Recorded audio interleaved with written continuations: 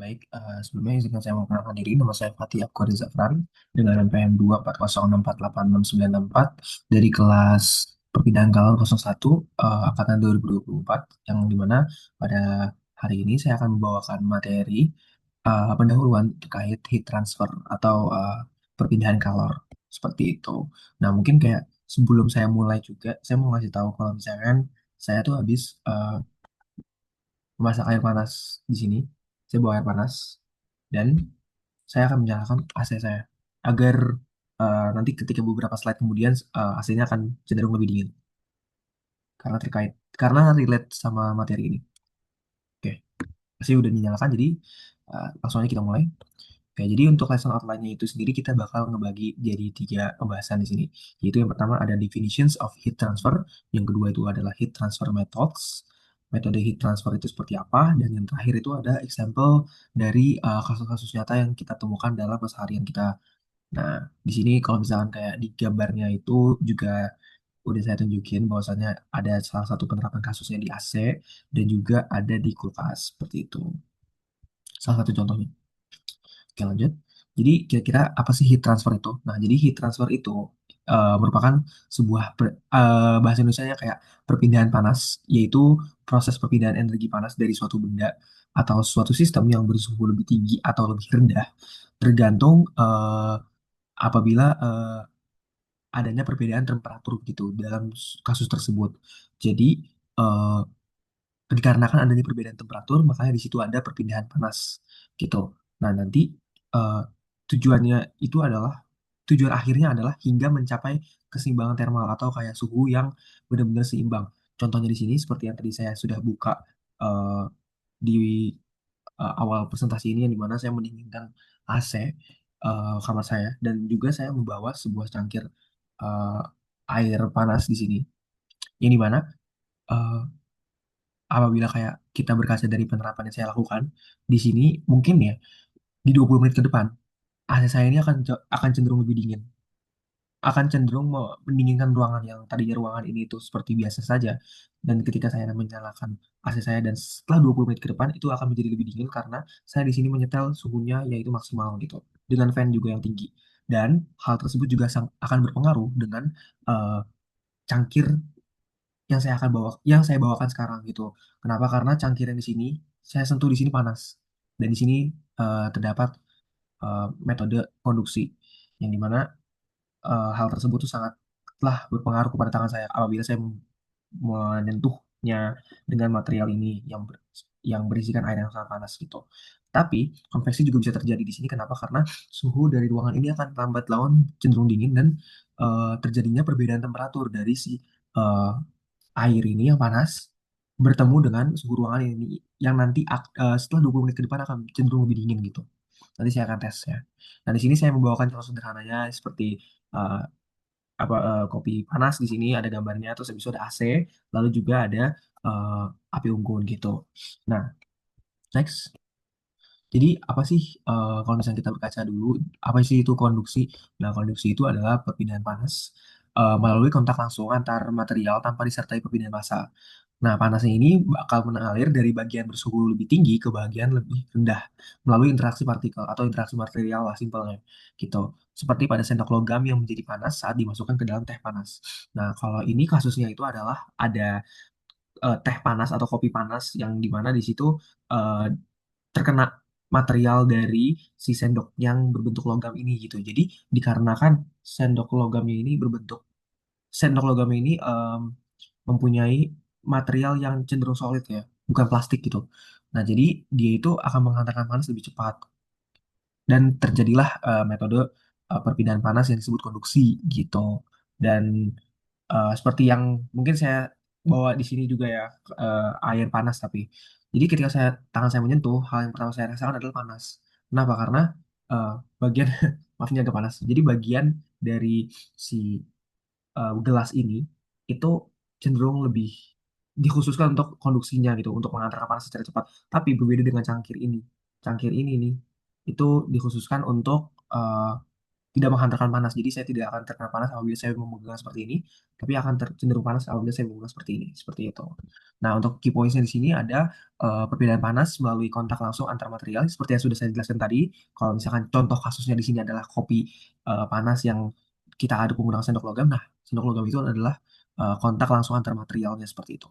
Lalu tidak disertai perbedaan massa, benar juga, karena di sini tidak ada pengaruh massa sama sekali, hanya pengaruh suhu, perbedaan temperatur, dan lalu ada panas mengalir dari suhu tinggi ke suhu rendah, seperti yang tadi saya bilang, perpindahan panas atau perpindahan kalor ini, heat transfer itu terjadi karena perbedaan suhu, dan gimana caranya, eh, tujuan akhirnya adalah mencapai keseimbangan thermal itu sendiri, seperti itu. Nah, logam itu juga punya thermal conductivity K yang tinggi dan ada elektron bebas yang dimana hal tersebut akan membantu transfer energinya jadi lebih cepat seperti itu, dan struktur kristalnya juga memudahkan energi merambat seperti itu. Nah, lalu ada konveksi. Nah, di konveksi di sini kita ambil contoh juga seperti apa yang saya tadi bilang sebelumnya, bahwasanya saya menyetel AC. Dan kira-kira konveksi itu apa sih? Konveksi itu merupakan perpindahan panas yang terjadi karena pergerakan fluida. Fluida itu nggak harus berbentuk cair ya, tapi bisa juga berbentuk gas atau udara. Eh, Proses ini melibatkan aliran yang membawa energi panas, misalnya pada sistem AC, di mana udara bersirkulasi melewati evaporator sehingga panas dipindahkan dan udara menjadi lebih dingin seperti itu. Jadi sebenarnya kalau misalkan kayak dulu mungkin sebelum saya belajar termodinamika ya, sebelum juga saya belajar perpindahan kalor ini, saya punya asumsi bahwasanya ada sesuatu yang disemburkan atau yang dihasilkan dari si AC ini gitu. Kenapa tiba-tiba AC ini menghasilkan dingin gitu? Apa yang dihasilkan? Zat apa yang dihasilkan sama AC-nya gitu. Tapi setelah saya belajar, saya tuh juga mendapat insight baru ya, yang dimana ternyata AC itu nggak menghasilkan udara dingin, tapi hanya memindahkan udara panas menjadi lebih dingin gitu. Hanya memindahkan udara atau kalor yang ada di ruangan panas ini yang tertutup itu dipindahkan dengan zat refrigeran itu diubahlah menjadi suhu yang lebih dingin gitu. Simpelnya seperti itu. Jadi AC ini nggak bakal bukan menghasilkan sesuatu yang dingin tapi hanya menukar gitu. Menukar dari mana? Dari panas yang ada di ruang ini gitu. Key points di sini adalah perpindahan panas melalui pergerakan fluida, cairan atau gas, seperti yang tadi saya bilang, terjadi karena aliran udara atau cairan, terus bisa alami, natural, atau menggunakan bantuan fan atau pompa forced. Nah, contohnya di sini juga AC ya. AC itu pasti ada yang menggunakan AC itu pasti menggunakan bantuan fan-nya itu atau pompa, yang dimana di situ juga di dalam AC itu kan komponennya ada juga kompresor ya, ada juga kompresor untuk apa namanya, mengkompresi refrigerannya menuju ke eh, kondenser di luar ruangan ini gitu. Nanti akan saya bahas lagi lebih lanjut gitu. Nah, jadi contohnya di sini kayak AC mendinginkan ruangan melalui sirkulasi udara. Simpelnya. Oke, lanjut. Jadi, yang ketiga ini ada radiasi. Nah, radiasi ini simpelnya adalah perpindahan panas dalam bentuk gelombang elektromagnetik yang nggak perlu kita tuh medium atau kontak langsung gitu dengan si sumber panasnya ini. Contohnya itu adalah si matahari atau api unggun yang bakal kerasa meskipun jaraknya itu mungkin jauh atau mungkin dekat gitu. Seperti di gambar ini saya memberikan contoh yaitu api unggun gitu. Saya juga keingat waktu itu saya punya experience eh, di SMA kayak membangun api unggun gitu dengan jarak jauh tertentu. Hal tersebut tuh kayak membuat tubuh saya tuh merasa hangat gitu, padahal saya tidak menyentuhnya secara langsung, seperti yang terjadi di konduksi atau seperti yang terjadi di konveksi gitu. Nah, jadi kenapa hal tersebut bisa terjadi? Karena perpindahan panas yang dilakukan oleh radiasi ini itu juga melalui gelombang elektromagnetik, yang dimana eh, hal tersebut tuh tidak membutuhkan media apapun atau kontak langsung gitu. Dan hal tersebut juga, radiasi ini itu juga sangat overpower. Kenapa? Karena contohnya matahari ya, panasnya itu dapat merambat di ruang hampa, bahkan dapat terjadi panasnya itu di ruang hampa. Untuk sampai ke bumi, hal tersebut kan pasti dilewati oleh ruang hampa itu gitu. Jadi kayak radiasi ini memang paling overpower lah kita istilahnya gitu. Dan contohnya di sini adalah panas dari matahari atau api unggun, seperti yang tadi saya sudah sebutkan. Seperti itu. Nah, habis itu juga oh iya, saya mau menambahkan juga bahwasannya energi panas yang dilepas ini dalam bentuk gelombang, bukan lewat kontak atau aliran fluida, bukan lewat aliran fluida seperti gas, udara, atau bahkan cairan gitu. Karena ini sesuatu yang dinamakan sebagai gelombang elektromagnetik yang hal tersebut tuh di luar konveksi maupun konduksi seperti itu. Next, di sini saya mau ngasih juga example casesnya yang terjadi pada AC, yang dimana air conditioner itu kan bekerja dengan memindahkan panas dari dalam ruangan ke luar, keluar dari dalam panas ruang. Sorry. Jadi air conditioner itu bekerja dengan memindahkan panas dari dalam ruangan ini dipindahkan melalui siklus refrigerasi ke luar ruangan gitu, ke lingkungan luar. Nah, udara ruangan ini melewati evaporator yang berisi refrigeran bersuhu rendah, sehingga panas berpindah ke refrigeran dan udara menjadi dingin. Udara dingin kemudian disirkulasikan kembali ke ruangan oleh fan, seperti yang tadi saya bilang ya. Kalau misalkan AC itu ada fan-nya atau konveksi paksa, sementara panas yang diserap dibuang ke lingkungan luar. Benar kan? Seperti yang tadi sudah saya bilang melalui si kondenser. Jadi AC tidak menghasilkan dingin, tetapi memindahkan energi panas untuk menurunkan suhu ruangan. Nah, di sini sebenarnya ada contoh juga, ada alurnya juga ya, alur berpikir dari si AC ini, air conditioner ini. Yang pertama alurnya itu bisa kita lihat di sini startnya dari, let's say kita start dari evaporator dulu gitu. Jadi di evaporator, refrigeran bersuhu rendah itu menyerap panas dari udara ruangan melalui heat exchange sehingga udara menjadi lebih dingin. Lalu refrigeran dari panasnya ruangan ini itu bakal menuju ke kompresor. Ini sudah dijelaskan dari termodinamika, jadi saya izin refresh dulu. Setelah refrigerannya itu sampai di kompresor, refrigerannya ini harus dikompres sampai eh, ke titik yang dimana, jadi gini, ketika refrigeran itu masuk ke, nanti kan setelah kompresor bakal masuk ke kondenser. Nah, ketika refrigeran itu bakal sampai ke kondenser, posisinya kondenser itu harus lebih panas daripada si refrigerannya. Jadi kompresornya di sini eh, bekerja harus mengkompres si refrigerannya sekaligus menaikkan suhunya gitu. Dan kondensernya di sini harus siap dengan punya suhu lebih panas daripada si refrigeran yang lagi OTW dari kompresor ke kondenser gitu. Nah, di kompresornya itu refrigerannya dalam bentuk gas dikompresi sehingga tekanan dan temperatur meningkat. Nah, seperti yang tadi saya bilang, tekanan dan temperaturnya meningkat untuk masuk ke kondenser. Dan kondenser di sini harus punya temperatur lebih tinggi lagi untuk bisa apa? Untuk bisa menerima si untuk bisa menerima si refrigeran-refrigeran dari kompresor ke kondenser itu. Nah, di kondenser nanti refrigeran panas melepaskan panas ke lingkungan luar dan berubah menjadi cair. Nah, jadi refrigeran panas yang dilepaskan ke luar lingkungan itu contohnya di sini kayak kalau misalnya kita punya AC ya, di situ ada kayak tabung di luar itu yang itu tuh anginnya itu angin panas gitu. Nah, angin panas itu adalah refrigeran panas yang dilepaskan ke lingkungan luar. Nah, nanti refrigerannya itu yang dilepaskan itu adalah panasnya, bukan refrigeran yang dilepas, tapi panasnya. Ketika panas dari refrigeran itu dilepas, refrigerannya itu masih ada di AC. Dan sirkulasinya itu berulang lagi masuk ke expansion valve. Saat di expansion valve itu, tadi kan panasnya sudah dilepas, berarti dia sudah berubah fase lagi dari yang tadinya gas jadi cair. Oh iya, saya lupa menambahkan sih bahwasannya ketika dia si refrigerannya ini ada di kompresor, fasenya itu berubah. Yang tadinya dia itu evaporator ya. Apa sih namanya? Sorry, lanjut lanjut. Sorry, saya salah. Oke, sesudah dia itu dalam bentuk apa namanya ya? Gas, terus habis itu di kondenser dia berubah jadi cair gitu kan karena panasnya dilepaskan. Si cair-cair ini, refrigeran dalam berbentuk fase cair itu bakal masuk ke expansion valve. Di expansion valve nanti tekanan refrigerannya itu diturunkan secara tiba-tiba sehingga suhu berubah menjadi rendah kembali sebelum masuk ke evaporator gitu. Jadi tadi kan panasnya itu dilepas di kondenser, lalu masuk, lalu dia berubah jadi cair, dan ketika dia udah berubah jadi cair itu tekanan dari refrigerannya itu diturunkan lagi secara mendadak oleh si expansion valve itu sehingga suhunya itu menjadi dingin kembali gitu. Ada suhu yang menjadi dingin kembali dan itu dihasilkan dari proses di expansion valve ini. Dan ketika udah masuk udah menjadi dingin nih, lalu bolehlah ke masuk masuk ke evaporator gitu. Nah, di evaporator inilah baru siklusnya berulang lagi gitu. Refrigeran bersuhu rendah tadi menyerap panas dari udara ruangan, dari kalor si ruangan ini diserap, ditukar gitu. Terus habis itu melalui heat exchange itu sehingga udara menjadi lebih dingin gitu. Gitu sih simpelnya.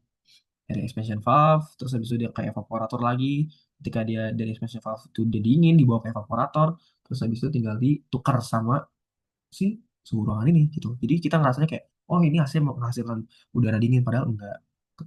Hanya saja ditukar gitu oleh si eh, suhu ruangan di sini gitu.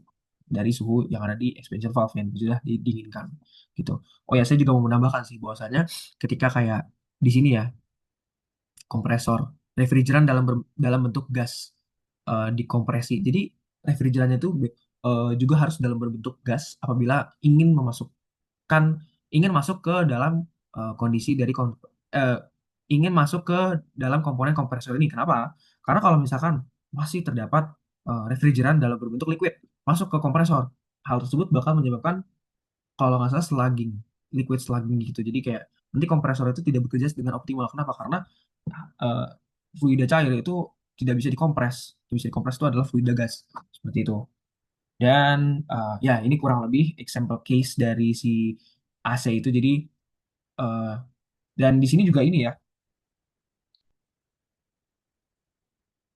bahwasanya kayak di sini di AC, heat transfer yang terjadi ya atau lokasi sebenarnya itu ada di let's say di konduksinya itu di bagian mana? Di bagian dinding evaporator coilnya gitu. Atau juga dinding kondenser coilnya. Di situ karena material yang dipilih ya itu sangat dapat menghasilkan konduksi. Jadi ya itulah terjadi konduksi itu di bagian itu dinding evaporator coil sama dinding kondenser coilnya. Dan eh, untuk konveksinya sendiri itu untuk konveksinya itu ada di indoor evaporatornya gitu. Jadi si evaporatornya ini seperti yang tadi saya bilang ya, kalau misalkan dia itu bukan menghasilkan tapi menukar suhu ruangan kalor di sini dengan suhu dari si expansion valve. Jadi hal tersebut terjadi proses konveksi gitu.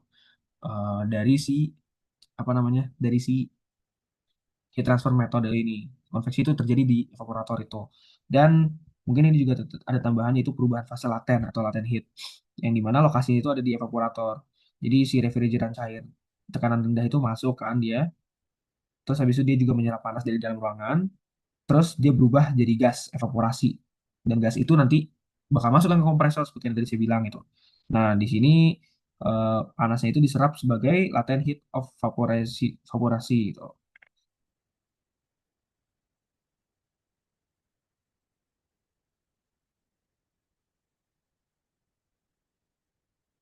Nah, jadi juga ada latent heat ini juga terjadi di kondenser ya, di mana refrigeran gas panas itu masuk gitu kan, terus eh, di kondenser itu panasnya itu bakal dibuang gitu kan ke lingkungan luar, terus berubah jadi cair gitu, di dalam proses kondensasi gitu di kondenser itu perubahan fasenya atau latent heatnya terjadi di situ gitu. Oke, jadi mungkin saya sudah menjelaskan cukup banyak di AC ini dan hubungannya dengan heat transfer juga. Next. Nah, di sini juga sebenarnya mirip-mirip sih ya. Di sini ada example cases dari mobil. Kebetulan tadi saya baru pulang juga menggunakan mobil dan saya mengamati bahwasannya, oh iya ya, di sini juga ada loh ternyata kasus dari heat transfernya ini gitu. Dan sebenarnya kondimennya itu mirip-mirip dengan apa yang terjadi di AC. Ada kompresornya, ada condenser, expansion valve, evaporator, blower fan, dan lain-lain gitu. Tapi khususnya kalau misalkan di vehicle ini mungkin eh, dengan bantuan-bantuan komponen seperti mesin dari mobilnya seperti itu. Jadi alurnya itu adalah si kompresor, kondenser, eh, expansion valve, evaporator, dan balik lagi ke kompresor gitu.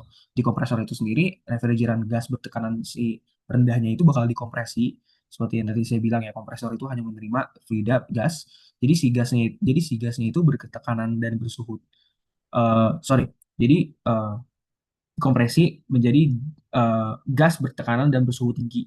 Nah, si gas bertekanan dan suhu tinggi itu bakal masuk ke kondenser di dalam mobil dan lalu panasnya itu bakal dilepas ke udara luar. Nah, udara luar itu dari mana? Dari si kap mobilnya itu gitu. Di kap mobilnya itu kok kalau saya perhatiin juga tadi deket kaca itu ya ada kayak pokoknya ada disitulah kondensernya gitu loh. Letak dia itu panasnya itu bakal dilepas ke udara luar itu di situ. Terus habis itu dia eh, refrigerannya bakal berubah jadi cair kan bertekanan tinggi lalu masuk dia ke expansion valve di expansion valve refrigeran cairnya itu bakal melewati expansion valve terus tekanannya turun turun drastis jadi suhunya itu jadi sangat dingin dan di evaporator itu refrigeran menyerap suhu udara dari si kabin mobilnya itu lalu refrigerannya itu menukar apa ya, terjadi proses pertukaran tadi ya, yang tadi suhu yang dinginnya itu di expansion valve, itu di evaporator ditukar dengan eh, diserap ya panasnya itu. Jadi ada perpindahan suhu di sini, ada perbedaan suhu juga. Jadi terjadilah heat transfer di sini gitu. Dari udara dingin di expansion valve ke evaporator ke kabin yang panas itu. Dan ini juga dibantu oleh blower fan ya. Jadi udara kabin itu, kabin mobilnya melewati evaporator, udara kehilangan panas, lalu udara dingin itu disemburkan ke dalam mobil dengan bantuan si blower fan-nya itu gitu. Seperti yang tadi saya amati di mobil, saya dapat angin sepoi-sepoi lah dari si blower atau fan-nya ini. Gitu. Lalu refrigeran kembali ke kompresor dan siklus berulang gitu. Seperti itu kurang lebih. Mirip-mirip sih untuk apa yang terjadi di AC, air conditioner, dan di vehicle. Karena di vehicle itu sendiri kan juga pakai AC ya. Tapi mungkin konsepnya beda dikit karena apa? Karena dia susunannya itu dibantu sama mesinnya gitu. Dan ada bahan bakarnya juga kan untuk menggerakkan si AC-nya ini gitu. Bukan listrik, tapi si bahan bakarnya itu gitu. Tapi kita nggak akan ke sana karena yang akan kita highlight itu adalah heat transfernya itu. Lalu di sini ada example cases dari heat exchanger. Nah, jadi heat exchanger ini saya juga keingat waktu itu belajar dari ilmu termodinamika yang dimana di situ ada siklus Rankine atau siklus apa Brayton ya. Di situ ada namanya heat exchanger. Jadi heat exchanger ini juga sebenarnya digunakan untuk uh, mendapatkan efisiensi lebih lah untuk waktu itu tentang efisiensi thermal yang dihasilkan gitu dari sebuah siklus itu dibantu oleh heat exchanger ini. Kenapa? Mari kita bedah. Jadi fluida panasnya itu bakal masuk ya ke eh, ke apa namanya komponen ini gitu. Jadi fluidanya itu dengan temperatur tinggi mengalir ke dalam heat exchanger ini, ke dalam komponen ini. Lalu fluida dinginnya itu juga masuk. Fluida lainnya itu juga masuk, atau fluida dingin ini dengan temperatur lebih rendah itu mengalir pada jalur yang terpisah, tapi eh, range-nya tuh nggak jauh gitu ya. Maksudnya dia jauh gitu loh. Nggak, tapi dia tuh ibaratnya seperti yang digambar di sini ya. Bahwasanya fluida panas itu masuk dari atas misalkan. Dinginnya itu masuk dari bawah gitu. Jadi mereka tuh cukup berdekatan. Nah, dan nanti bakal ada proses pertukaran panas. Proses pertukaran panas ini, si panasnya itu berpindah dari fluida panas ke fluida dingin melalui dinding pemisah, konduksi lah istilah kata. Dan dibantu aliran fluida konveksi. Nah, fluida panasnya itu bakal keluar lebih dingin setelah kehilangan panas. Setelah kehilangan panas, temperatur fluida panas menurun. Nah, fluida dingin itu keluar lebih panas. Kenapa? Karena fluida dingin menerima energi panas sehingga temperaturnya meningkat. Nah, kedua fluidanya itu tidak bercampur, tapi hanya bertukar panas. Jadi, yang tadinya dia itu panas, keluarnya itu nanti jadi lebih dingin, dan yang tadinya dia dingin, keluarnya itu berubah jadi panas. Nah, hal tersebut tuh kita sebut aja heat exchanger ini mengefisiensikan dari sistemnya. Kenapa? Karena ketika waktu itu saya belajar siklus Brighton atau Rankine. Ketika nanti di akhir itu beberapa panas itu beberapa apa ya energi panas itu terbuang sia-sia menjadi losses yang tidak digunakan kembali gitu. Jadi daripada diguna tidak digunakan dan cenderung sia-sia, jadi panasnya itu keluar dari rangkaiannya gitu kan. Kalau nggak salah dari mana ya itu? Sehingga saya itu dari turbin apa ya. Jadi ada beberapa panas gitu yang keluar sia-sia jadi losses. Dan kenapa hal tersebut nggak dimanfaatkan lagi gitu dengan si heat exchanger ini. Jadi si panas-panasnya si sisanya itu di apa ya dialirkan menggunakan si dinding-dinding ini dan di apa ya dan alurnya itu dibuat lebih diputar lagi. Jadi nanti panasnya ini bakal digunakan untuk memanaskan eh, sebuah fluida sebelum dia masuk ke boiler misalkan. Jadi biar si boilernya ini bekerja lebih efektif, dia sebelumnya tuh udah kayak kita kasih anget-angetnya dulu dari si eh, expenses atau pembuangan dari eh, panas yang tidak terpakai pada komponen lain gitu. Jadi dari heat exchanger ini didapatkanlah efisiensi tersebut yang dapat mengefisiensikan boiler misalkan. Atau sebelum dia masuk ke turbin, eh, kita injek dulu dengan suhu yang lebih bagus gitu. Jadi kurang lebih seperti itu. Kayaknya saya salah sih tadi pas saya bilang turbin. Saya lebih pede ke boilernya gitu. Jadi di situ ada efisiensi yang dihasilkan dari proses ini seperti itu.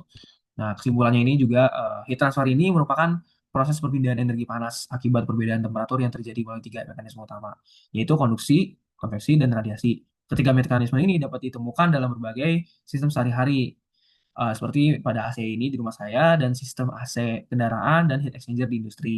Pada sistem pengingat seperti AC, perpindahan panas terjadi melalui kombinasi heat exchange nefrida serta perubahan fase refrigeran untuk memindahkan panas dari ruang yang ingin didinginkan keluar. Nah, pemahaman ini sangat penting lah untuk ke depannya kita tuh eh, berada di pelajaran matkul ini, bahkan di teknik ini gitu.